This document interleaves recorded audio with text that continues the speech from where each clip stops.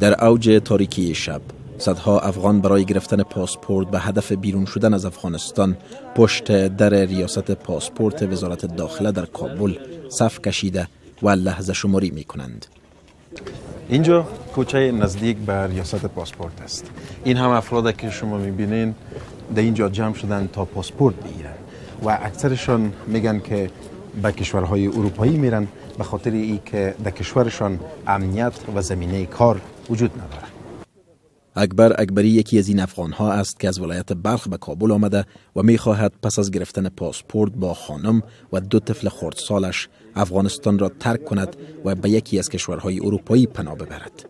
او می‌پذیرد که در راه رسیدن به اروپا خطرات زیاد را متحمل خواهند شد، اما به گفته او بیکاری و ناامنی در افغانستان سبب شده که این چنین یک تصمیم بگیرند. با وجود خطرها به نظر من که 15 اکسی میشه چه در افغانستان باشه، زمانی که بیکاری باشه، مشکلات اجتماعی باشه، ناامنی باشه، مشکلات مختلف که باشه، هر دویش یکی میشه.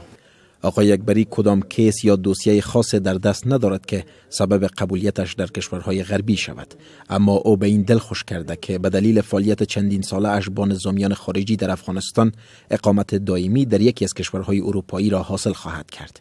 همانند آقای اکبری همه روزه صدها جوان دیگر نیز در پشت در و دیوار ریاست پاسپورت سفارت‌های ترکیه و ایران جمع می‌شوند تا یک راه بیرون رفت از افغانستان را دریابند. اسدالله متعلم صنف 12 مکتب جوانی است که به خاطر تهدیدات امنیتی از ولایت تخار به کابل آمده و تلاش دارد تا پس از گرفتن پاسپورت خودش را از راه به ایران سپس ترکیه و یونان و بالاخره به بلژیم برساند. والا ما خبر شدیم که به افغانیا بسیار چی دارن، به افغانیا قبولی زود میگنه. کسی خودم دیگه معلوم دار است که طالبا است در منطقه ما از وضعیت اقتصادی کاروبار. با آنکه از چند به این سو بارها گزارش‌های در رابطه به غرق شدن برخی از مهاجرین در بحرهای منتهی به کشورهای اروپایی به نشر رسیده، اما هنوز هم جوانانی هستند که با قبول این همه خطرات آماده اند که از راه قاچاق به خارج بروند.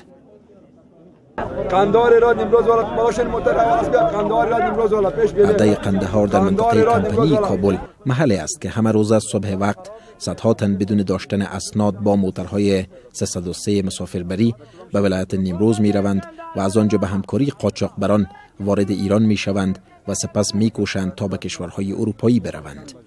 روزانه ده ها موتر از اینجا به طرف نیمروز میره و قسمی که میبینین تعداد زیاده از جوانا میخواین که از طریق نیمروز به ایران برن و از ایران به طرف کشورهای اروپایی. احسان الله یکی از افغانهایی است که تصمیم گرفته تا به خاطر بهبود وضع اقتصادی فامیلش به هر نوع ممکن به خارج از کشور بره. میخوام برم در موتر نیمروز طرف ایران، از ایران میخوام برم طرف خارج. چرا میخوای بری خارج؟ از دست بیکاری.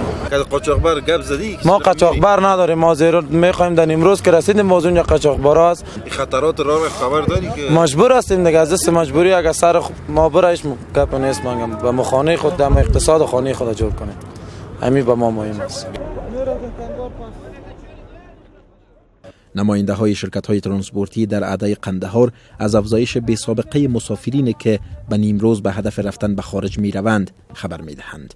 نور آقا یکی از این نماینده ها می گوید که در گذشته 15 موتر به نیمروز می رفت، اما حالا همه روزه تا 50 موتر می رود. سابق در روز 10 تا 15 تا طرف نیمروز طرف خارج می رفتن، می طرف حالی مردم زیاد میره.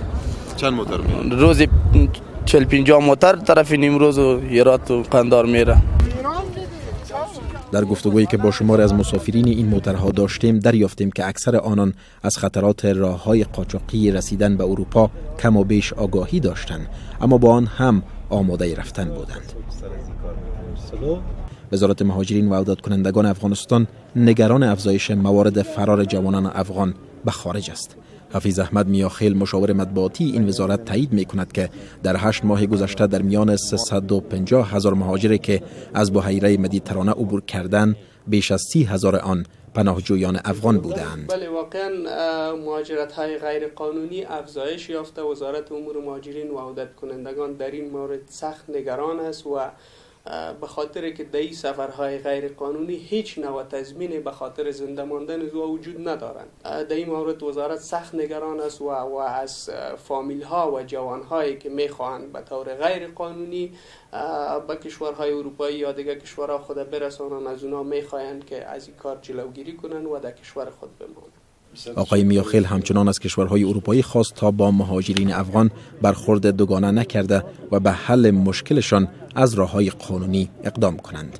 در این حال نادر فرهاد، سخنگوی UNHCR یا کمیشنری عالی سازمان ملل متحد در امور پناهندگان میگوید که به اساس گزارش‌های اولیه در سال جاری به دلیل ناامنی، فقر و بیکاری حدود 38,000 تن از افغانستان خارج شده‌اند.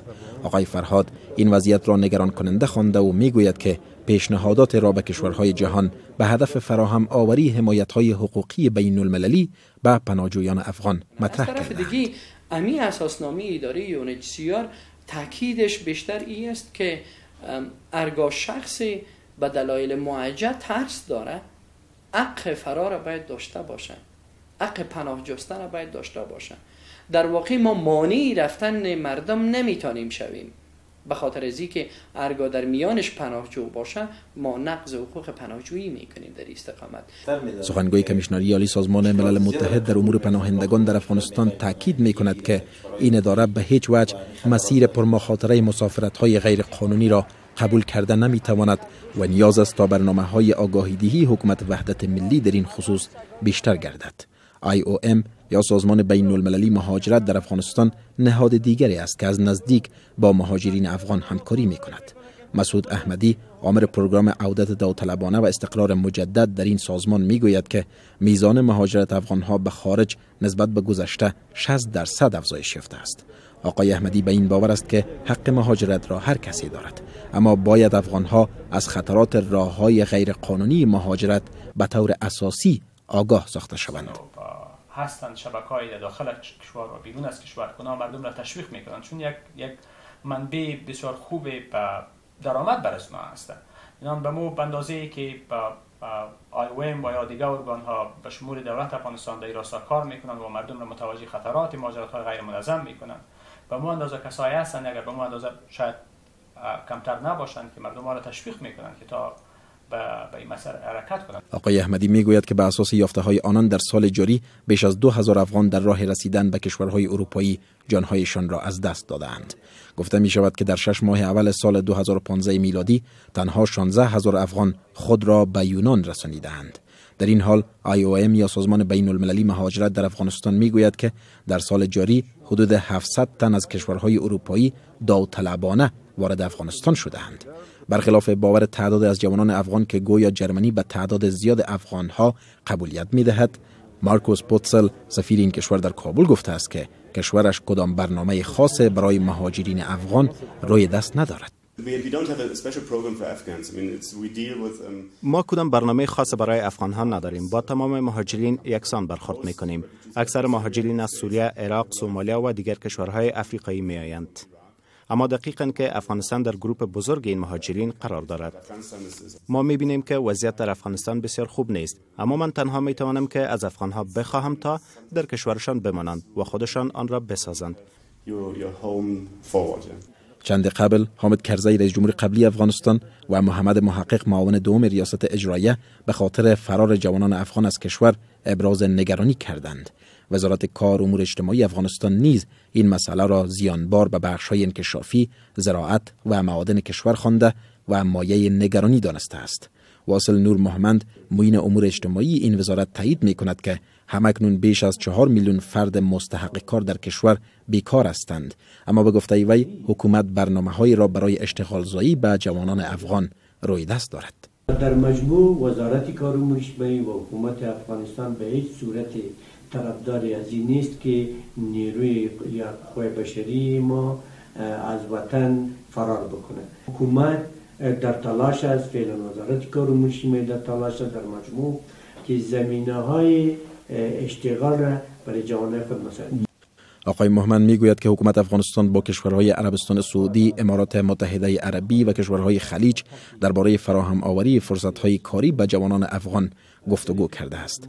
در این حال حقنواز حقیار قماندان پلیس سرحدی میدان هوایی بین المللی حامد کرزی میگوید که نسبت به سالهای قبل رقم افغانهای اخراج شده از کشورهای غربی افزایش یافته و تنها در سال جاری 115 تن به میدان هوایی کابل آورده شدند. تقریبا از چندین 3 میدان هوایی بین المللی پروازهای داریم.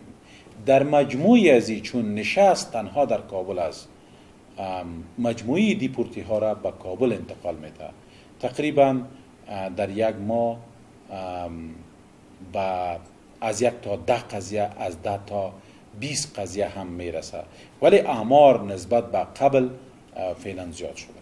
و گفته آقای حقیار پلیس سرحدی میدان هوایی بین المللی حامد کرزی همچنان توانسته که جلوی خروج 10 تن را بگیرد که تلاش می‌کردند تا با ویزه تقلبی به خارج از کشور بروند.